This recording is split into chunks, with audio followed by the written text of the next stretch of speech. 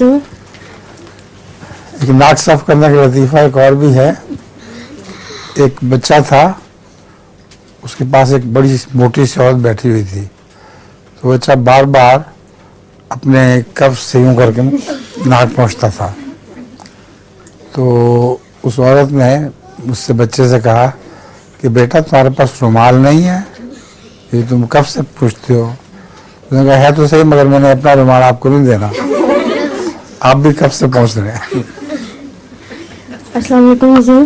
وعلیکم السلام. میرا نام صادقہ مریم ہے اور میرے والد کا نام مبارک احمد شاہد صاحب ہے. حضور, جو عراق میں جنگ ہو رہی ہے, کیا اسے جہاد کہا جا سکتا ہے؟ کیا جو عراق میں جنگ ہو رہی ہے, کیا اسے جہاد کہا جا سکتا ہے؟ جہاد کی کیا تعریف کی ہے قرآن کریم نے؟ قرآن کریم نے جہاد کی تعریف یہ کی ہے وَإِنَّ اللَّهَ عَلَىٰ نَصْرِهِمْ لَقَدِيرٌ, کہ جو جہاد کرے گا خدا کے لیے اللہ تعالیٰ اس کی نصرت پر قادر ہے. حضرت صلی اللہ علیہ وسلم کے جتنے بھی غزوات ہیں ان سب میں خدا تعالیٰ نے آپ کو فتح دی, حالانکہ آپ کمزور تھے اور بہت تھوڑے تھے تعداد کے لحاظ سے.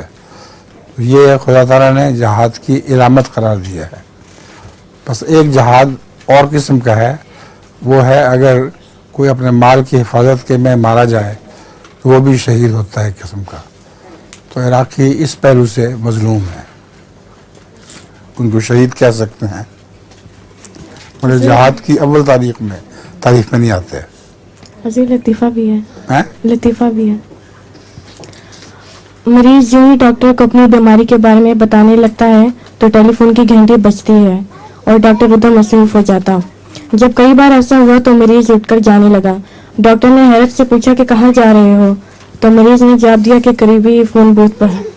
اچھا ٹھیک.